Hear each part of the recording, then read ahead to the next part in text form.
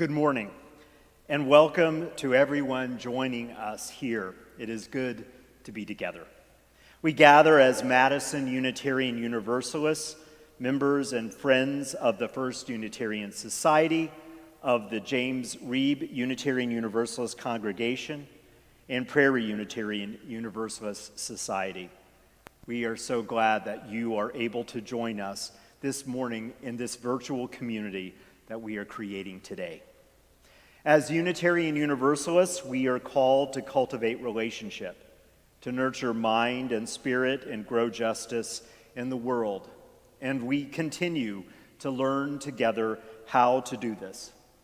In a time when much is changing, we are reminded of the things that do not change. The power of the love that we share, the human goodness that we may cultivate together, the resilience of the spirit that we are able to form and foster here together. These and much more remain with us today and always.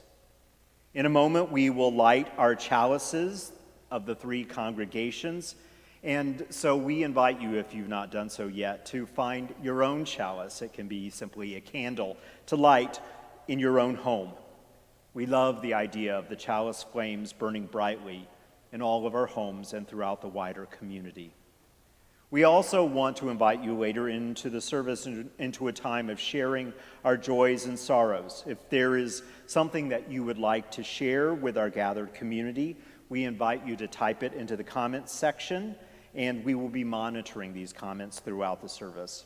We'll include them in our thoughts later in the service, and the cares of the congregation, and the candles of joys and sorrows.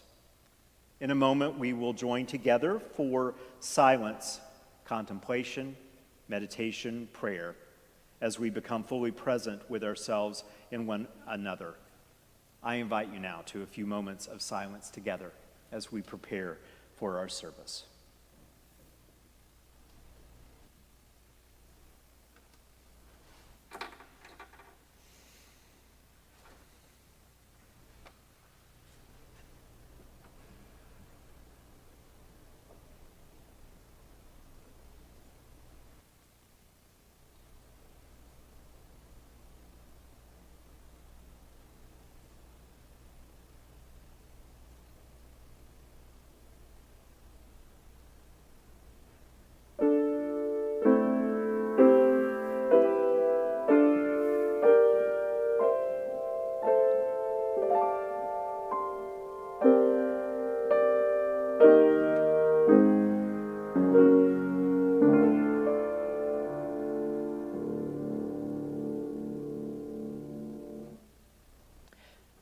Nancy Reed McKee wrote, "Our community knows no boundaries.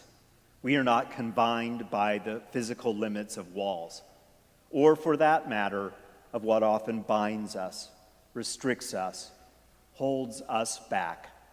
We are freer than we know.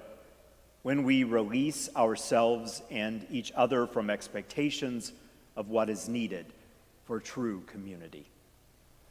We continue with the lighting of our chalice in Nancy Reed McKee's words. I invite you to join your voice with ours as you spark the flame in your own home. As together we say, we are here, together, in space. I see you, I hear you, I love you. And I light this chalice, a beacon of this community, holding us together here and now. And now we'll join together in our chalice response.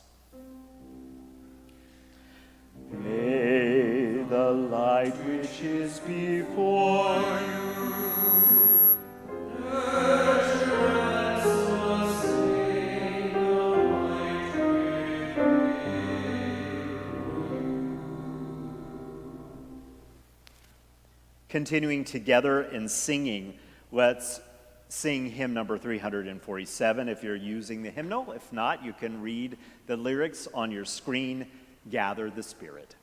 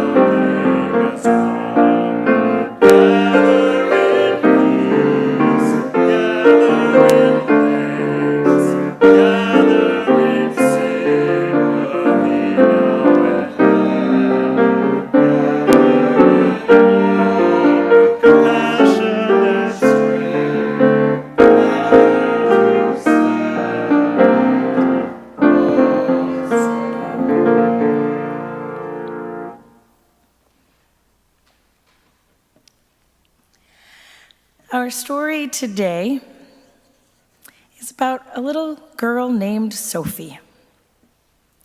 And Sophie loved going to her local Unitarian Universalist congregation every Sunday with her family. The people there were all super fun. She loved singing along to the hymns, and she was always excited to hear the message before she ran off to class with her friends.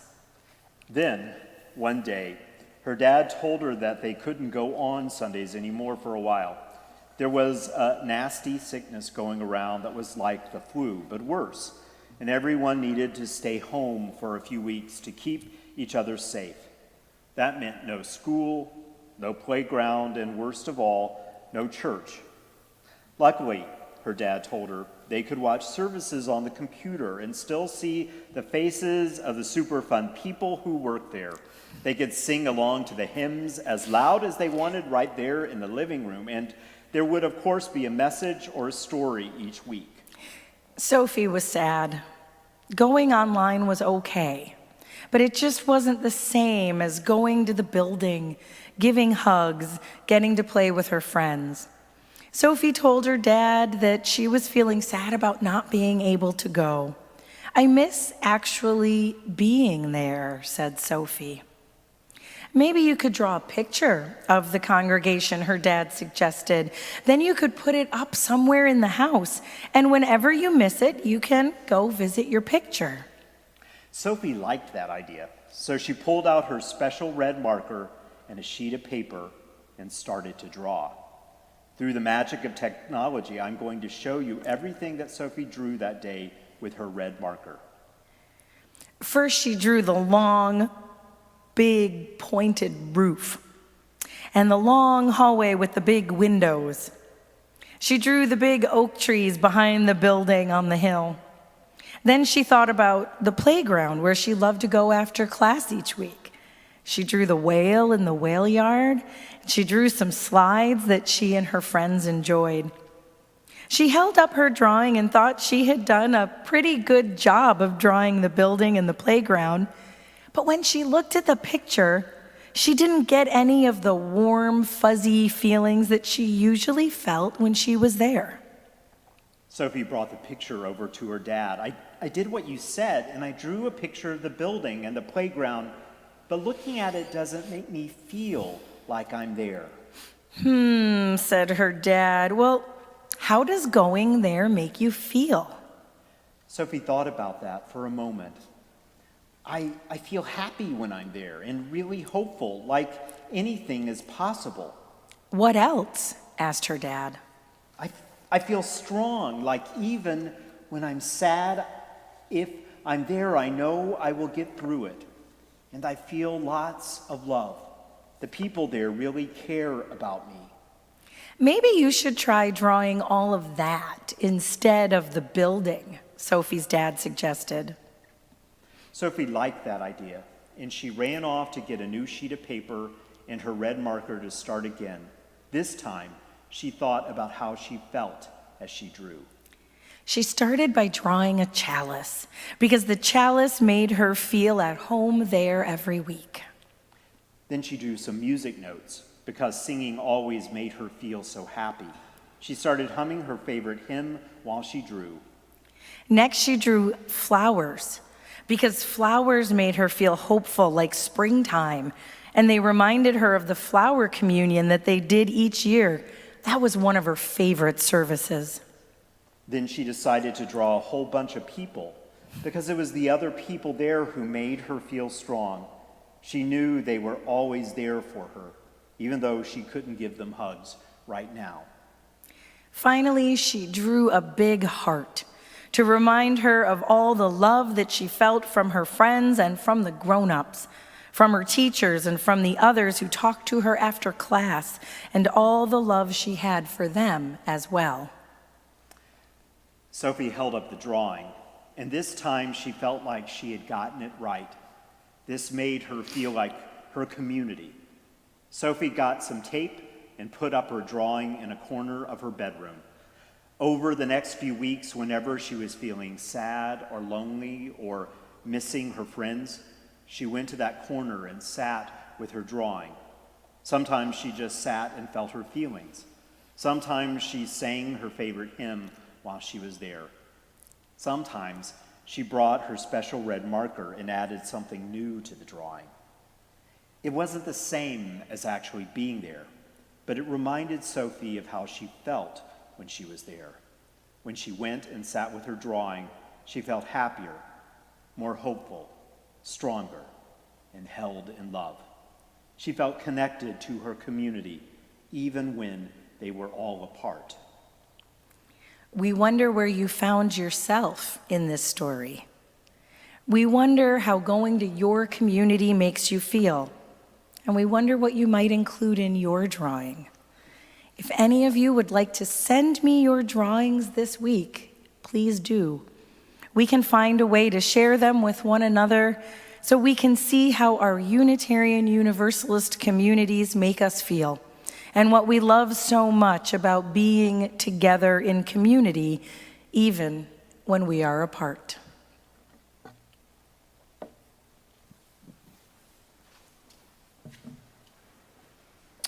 Next, we'll join together in hymn number 1011, Return Again.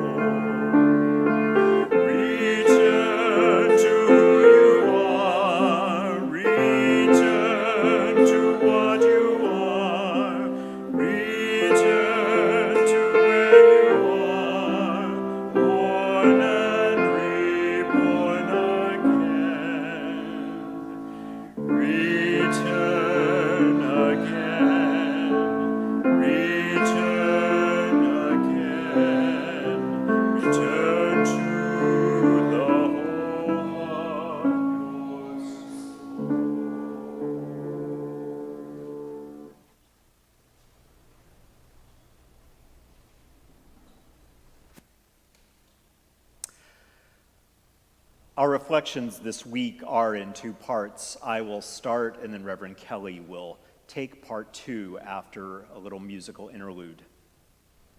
As a minister who has, for the last almost decade, been working with congregations in the midst of their intentional times of change, there are many unique things that I experience everywhere I've gone, but I have also noticed some common threads that are especially important when dealing with change. And in particular, and it has happened again and again in our country, when there is an especially overwhelming time of change, there are certain things that are particularly helpful in that time in assisting us in getting through that difficulty and finding places that make us feel stronger. For just a moment, I'd like to share some of what I've observed with you today. The first thing I want you to remember is that change is something that begins from the moment you take your very first breath. Perhaps you're actually experiencing some level of change when you're in the womb itself. And so change has been a part of your life since the very beginning. And you have been practicing, whether you're intentional about it or not, change throughout your life. And so there are some changes that are certainly very significant and stressful, but you already have a deeper resource within you that has been well practiced and stronger than you may know. You already have the tools to deal with change in your own being. And all of us at times will be overwhelmed and will deal with changes in a way that feel imperfect to us. And one of the wonderful things about dealing with change again and again is it reminds us that one doesn't have to approach it with perfection, but rather with deep, humble humanness in order to get through that time. It is the places of your vulnerability as well as the places that feel strong that are part of the assets that help you deal with change, that invite a sense of gracefulness to what is true in your life. All of who you are is part of your toolbox to get through this time. So there are at least two components over and over again in change that seem almost paradoxical, but very closely work together, especially when change is difficult. And that is the interplay between the larger and more transcendent ideas in our lives and our attention to the specific and seemingly smaller moments in our lives as well. In times of particular crisis, that interplay, the large and the small, are especially essential in how they work together. So it is helpful in this time and all times that we move towards the essence of what seems to be a complicated time by discerning what is really the simple thing in front of us at every given moment. To pay attention as much as we can to each moment and let it call us as directly and as clearly as possible to think about what we need to ground ourselves in the here and the now. Often how we get ourselves overwhelmed and stuck is that we think only of the complicated larger picture, which really, with good reason, would overwhelm all of us. But life is actually a series of choices within the moment. And the more that we have fostered the ability to focus our mind and to clear it enough to really be present to what we are doing, the better. And so it is important in times of big change that we practice various things that might be called contemplative practices, various kinds of methods, some from Eastern religion, some from almost every major religious tradition, some from the world of science that invite us to practice calming our mind and focusing on a single thing. And here is an example, and you may have your own example of contemplative practice that you find meaningful. It is as simple as in a moment when you feel overwhelmed to become aware of your breathing. And so I invite you for just a minute to do that with me now, wherever you are. To breathe in deeply and to release that breath. And this time as you breathe in, to be aware where in your body you feel the intake of your breath most clearly. Maybe it is in the coolness of the breath as it enters through your nose. Or maybe you feel it on this morning in your chest as it rises as you breathe in. Or perhaps in your belly and at the expansion as the breath comes in. As you breathe out and breathe in again, become aware of that place you feel it most and put all of your attention into that place where your breath is felt in the body. And breathe in and release and count one. And do that for a simple cycle of 4 intake breaths and releases of your breath. And then begin again until your concentration is solely on your breath itself. That is one thing that we bring to this time as a method that is essential. But it is also true that we are called again and again to think about the larger ideas that are true as well. The ideas that hold us through our lives, the ideals that are important to us. And so it is important in this time to find ways to think about the big questions, to think about what values seem most important to you now. Maybe compassion or connection or a sense of the larger calling of mutual responsibility. And to think about how you understand the core of your own life and its meaning right now. And for that matter, to spend a little bit of time thinking about how you feel about the fragile and mortal part of who you are. Perhaps to write about that or to talk with someone about it, either in your home or through a phone call or a video chat. And most of all, over and over again, to remember that many different traditions have had us explore the concept that all things are in cycles, and that this time will pass and other things will come into our midst and then will leave again and again, and that by understanding how we are part of that cycle, we may make our way through this time with more perspective, with a larger understanding of what is true. And so, in this time, think about the large and the small. Practice things that call you into the moment. Think about the big questions that you want to shape your thoughts in this time. Remember the big cycle of life. Marcia Stannard wrote this, entitled Choices. Yesterday, there were fewer cars at the arrival docks at the Portland airport. Then there were dogs being walked on my block.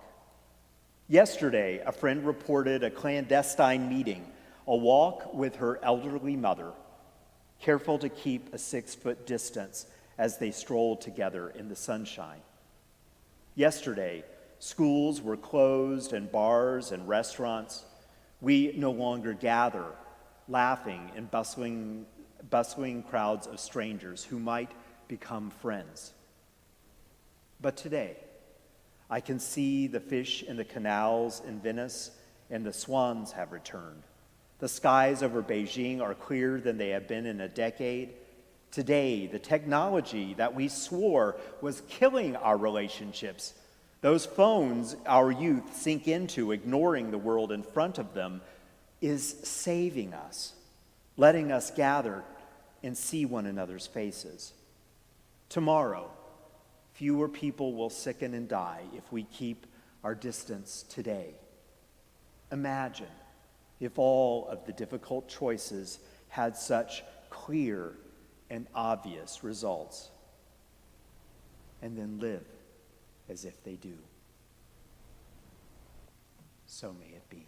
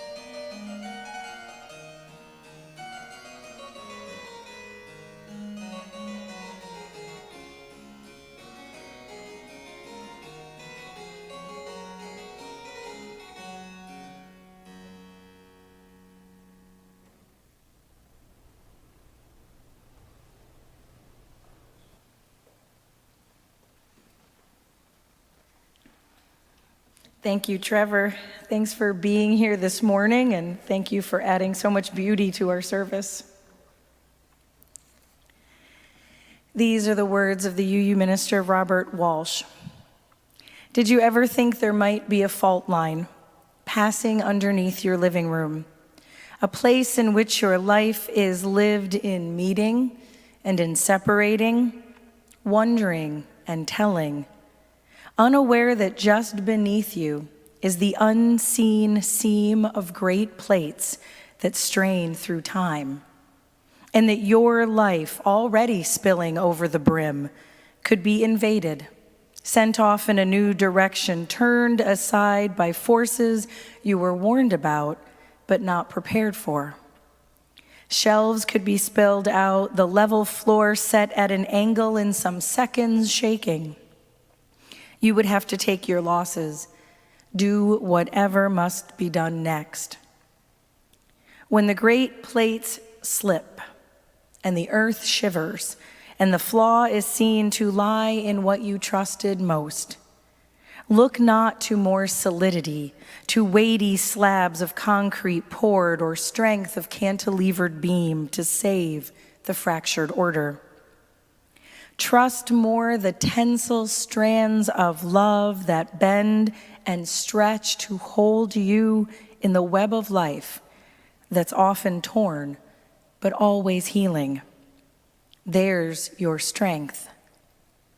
The shifting plates, the restive earth, your room, your precious life, they all proceed from love, the ground on which we live together. I have always loved these words from Robbie Walsh, always seen them as a balm for my soul, especially in times of change, and I have never appreciated them more than I have in the past few weeks. We have each had these times when the great plates of our lives have slipped, and we're most definitely in this time now. There's no way around it. This is scary and confusing, and it's most likely going to get worse before it's over. Business as usual is no longer a possibility, and even when we reach a point when physical distancing is no longer necessary, we cannot go back to the way it all was before. We are living through a time of radical change while being deprived of one of our oldest and most basic resources, human connection. This time is filled with uncertainty, with many unknowns. What will online schooling look like? Will we actually be able to do it? How long will our jobs continue? Will our loved ones become ill? Will we become ill? Will we have what we need to continue? And what can we do for those who don't? In our culture, we hold an assumption about anxiety. We must do everything we can to control it, to avoid situations that evoke it. And if we can't do this, then we're told to hide it as best as we can, to remain non-anxious, calm. Yet to deny our anxiety, to ignore it, is to deny the gifts it can bring. It is true for each of us. Fear and anxiety have become our intimate companions, along with sorrow, anger, and confusion. But I believe there is a deeper meaning here as well. This past Friday, in a New York Times op-ed titled "The Moral Meaning of the Plague," David Brooks wrote these words. Viktor Frankl, writing from the madness of the Holocaust, reminded us that we don't get to choose our difficulties, but we do have the freedom to select our responses. Meaning, he argued, comes from three things: the work we offer in times of crisis, the love we give, and our ability to display courage in the face of suffering. The menace may be subhuman or superhuman, but we all have the option of asserting our own dignity even to the end. Brooke says, I would add one other source of meaning. It's the story we tell about this moment. It's the way we tie our moment of suffering to a larger narrative of redemption. It's the way we then go out and stubbornly live out that story. The plague today is an invisible monster, but it gives birth to a better world. I wonder what you have noticed in this moment. I wonder if you are holding this hope that the crisis we find ourselves in will truly give birth to a better world. For those of you who are watching and are members of First Unitarian Society, you know we have been given a training ground in uncertainty and anxiety over the past 2 years. As we have lived into this time of ministerial transition, we have also faced many unknowns. We still face many unknowns about the future of our professional ministry here. As your minister who is here and has been and will be with you amidst the changes that have happened and the changes that are to come, who loves you and loves this community we build together, I believe we have learned some things about anxiety and change that can serve us well in this time. We have learned and are continuing to learn how to be gentle with one another, how to live with more curiosity and less judgment, how to assume good intent, how to search for and find the best in one another, and how to give the best ourselves. How to step up when we can, and how to care for ourselves or ask for help when we can't. We have learned to live in a middle ground, like learning to rest between the inhale and the exhale of breathing. Breathing in the help and assistance we need, and breathing out our gifts back into the world. I have also seen us filled with gratitude for the blessings of community. We have become a more grateful people. Your staff have been overwhelmed by the thank you emails and calls and words of thanks in Zoom rooms over the past 2 weeks for the new online offerings.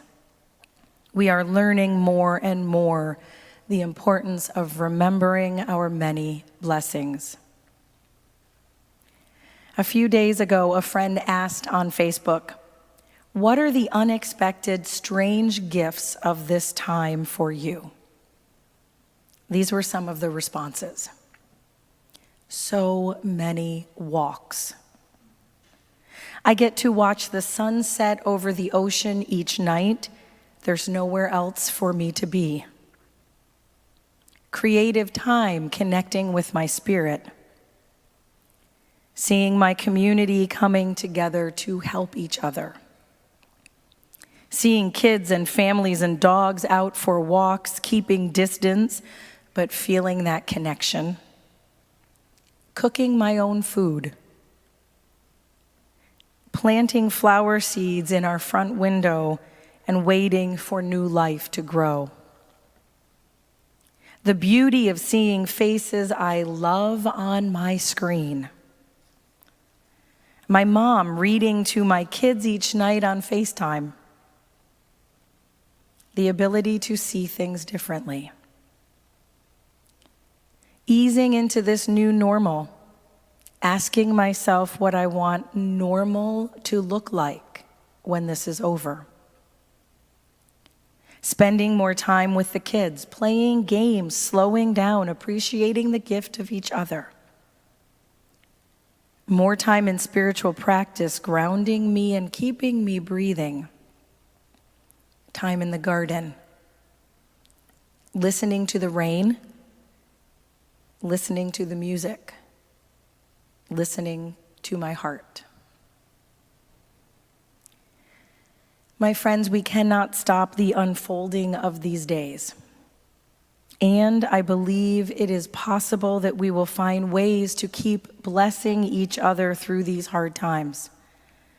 Creativity and courage are in abundant supply. Generosity is bubbling up everywhere and inspiring more generosity. Old truths are becoming new again as we remember the power of individual sacrifice for the common good. We are remembering that we are deeply interconnected, that we depend on one another for our very lives. It is possible we will remember these things for a long time to come. May we remember that even when the plates shift, when the earth is restless and uneasy beneath our feet, may you remember the blessings of your precious life. May you remember that you are loved, whole and holy and worthy, part of this larger community and a larger love that will never let you go. May you proceed from love, and may you know deep in your bones that this love is the ground on which we live together.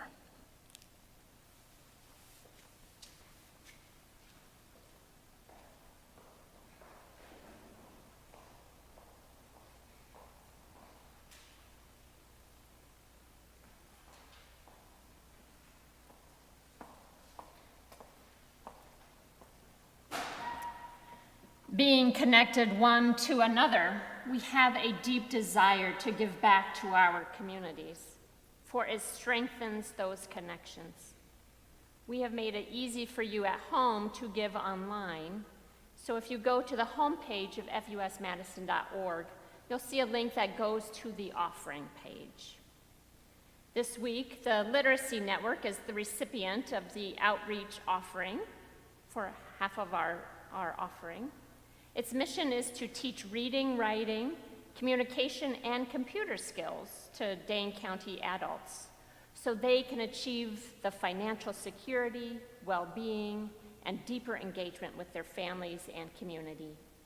You can learn more at their website at litnetwork.org. I invite you now into this opportunity to give gratefully with hope for a greater good.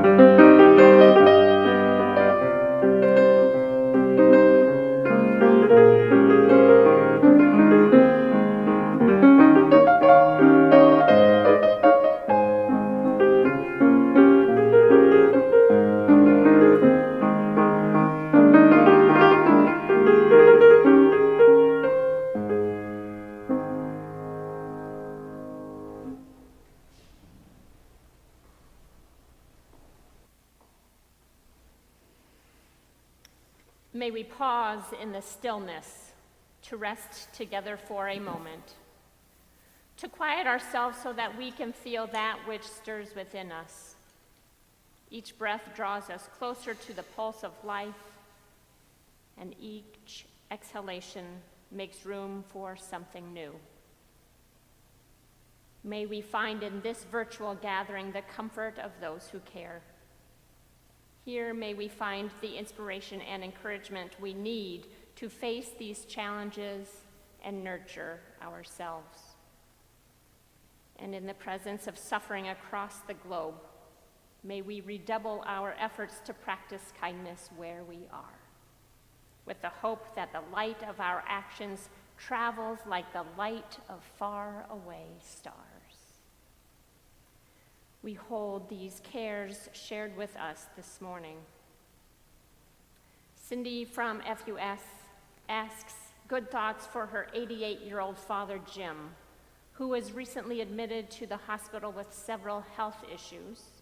He's doing better, but cannot receive visitors because of the pandemic, not even from her stepmother.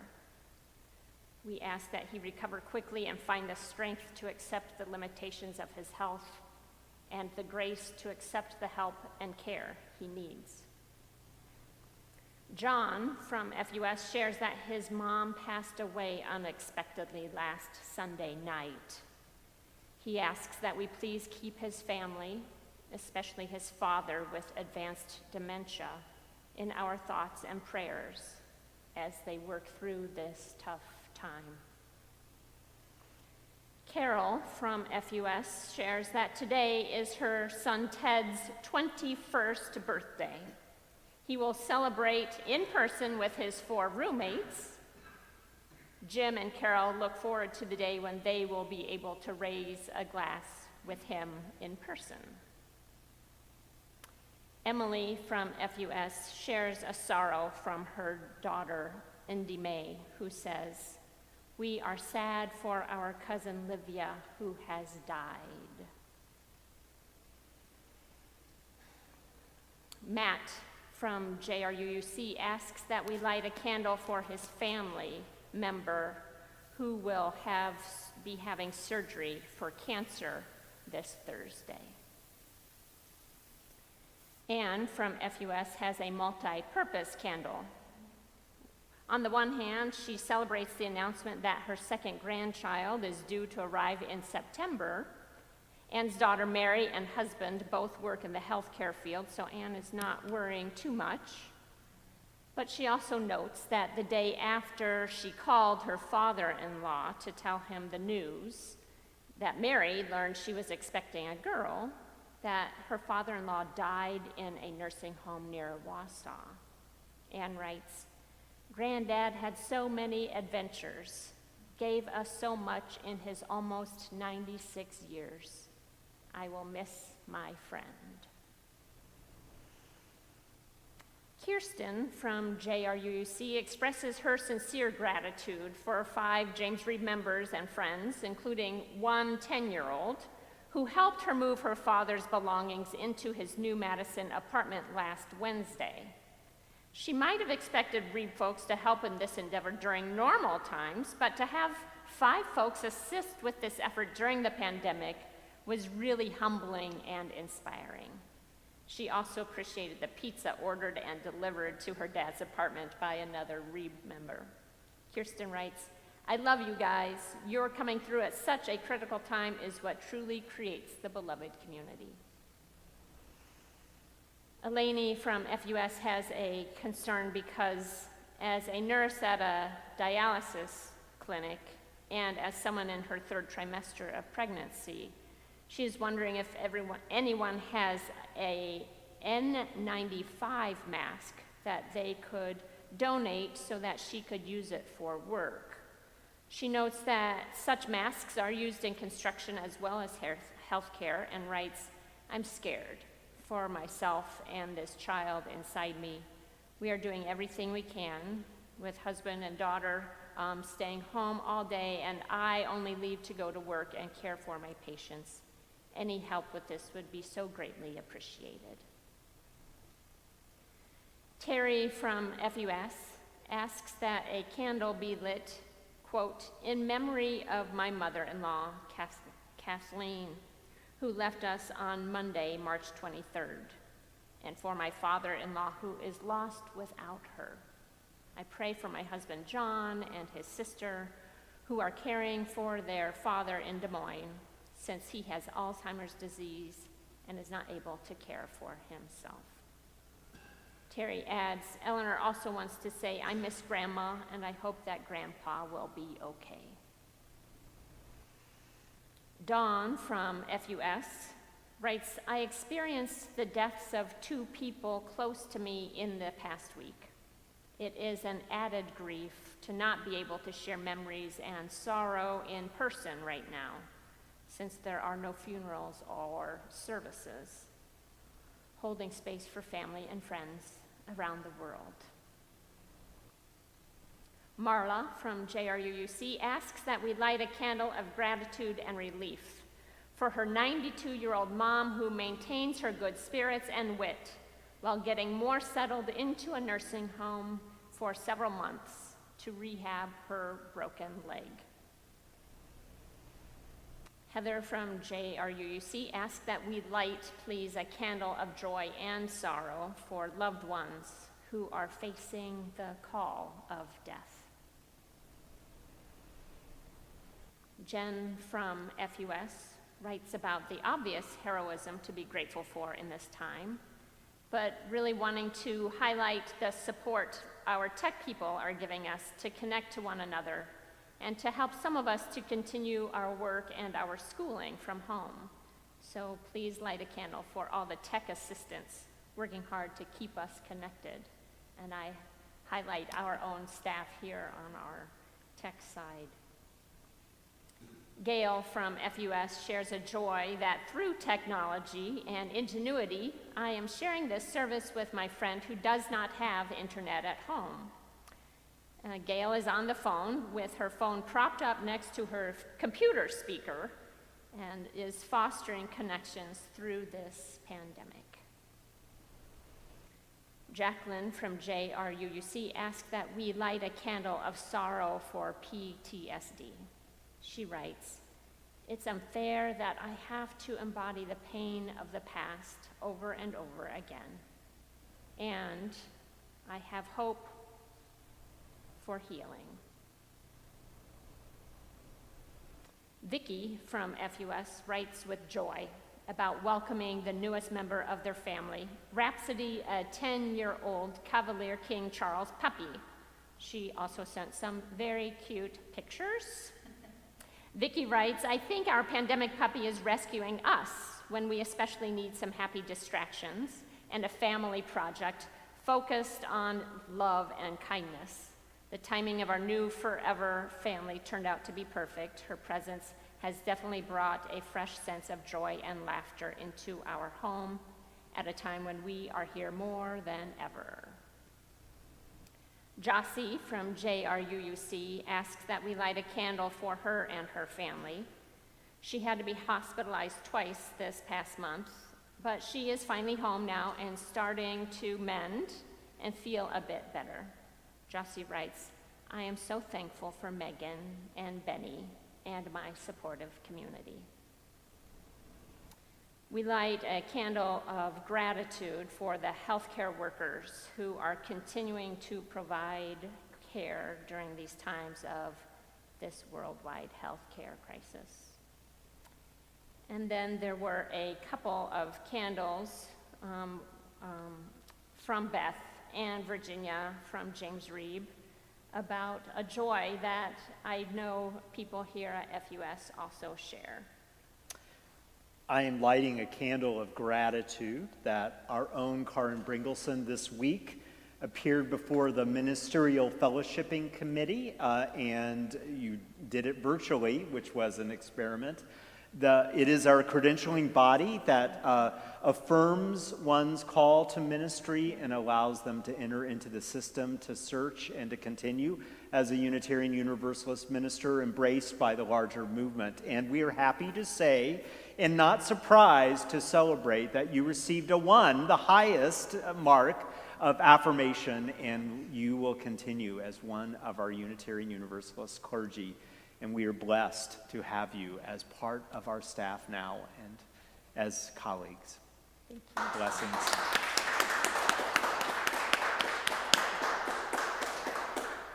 And let us light one final candle for all those joys and sorrows that remain in the depths of our hearts.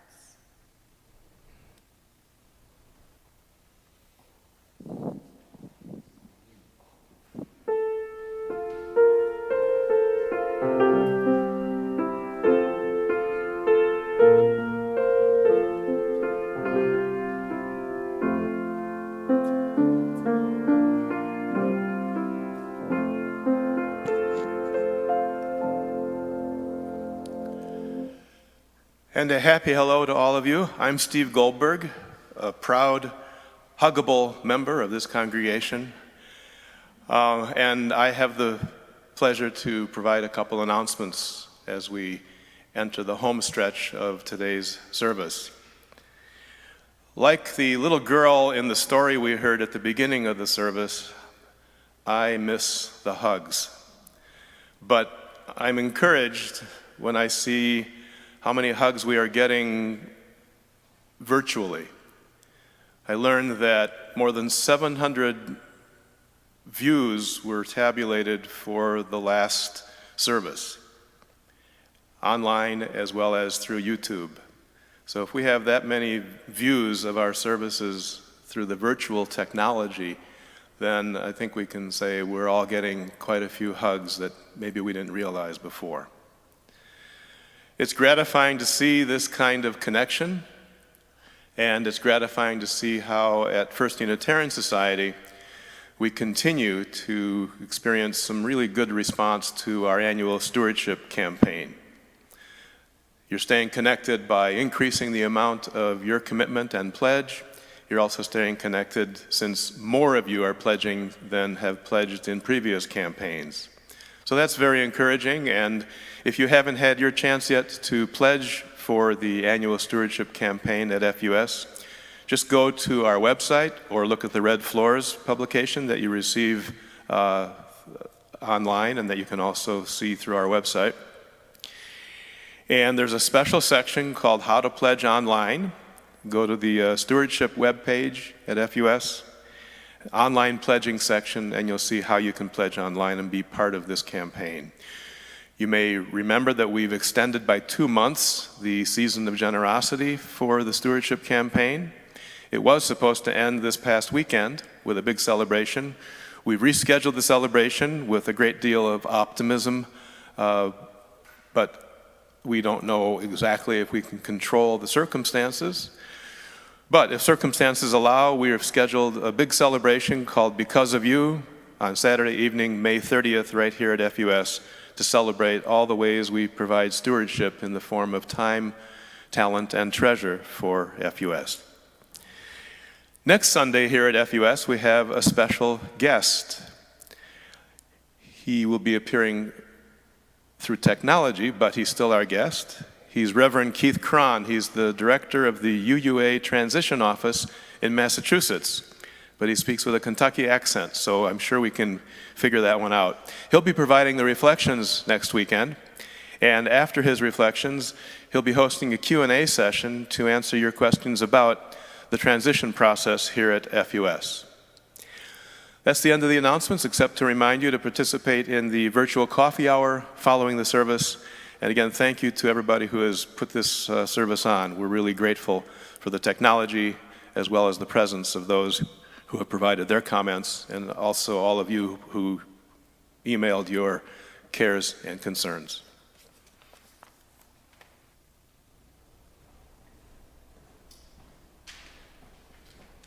Actually, Reverend Cron, Keith does not speak with a Kentucky accent, but we will be very happy to have him be part of us.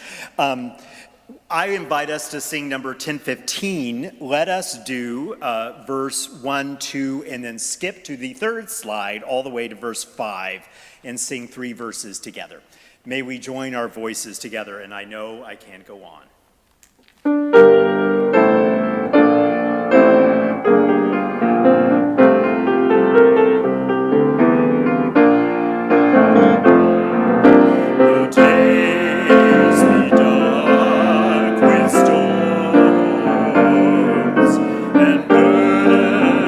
sway my heart. The troubles wait at every turn. I know I can go on when sorrow heals my soul and burdens make me strong. Though troubles wait at every turn, I know I can go on. Last verse. So brothers, take my hand, and sisters, sing my song. When hope awaits at every turn, I know we can go on.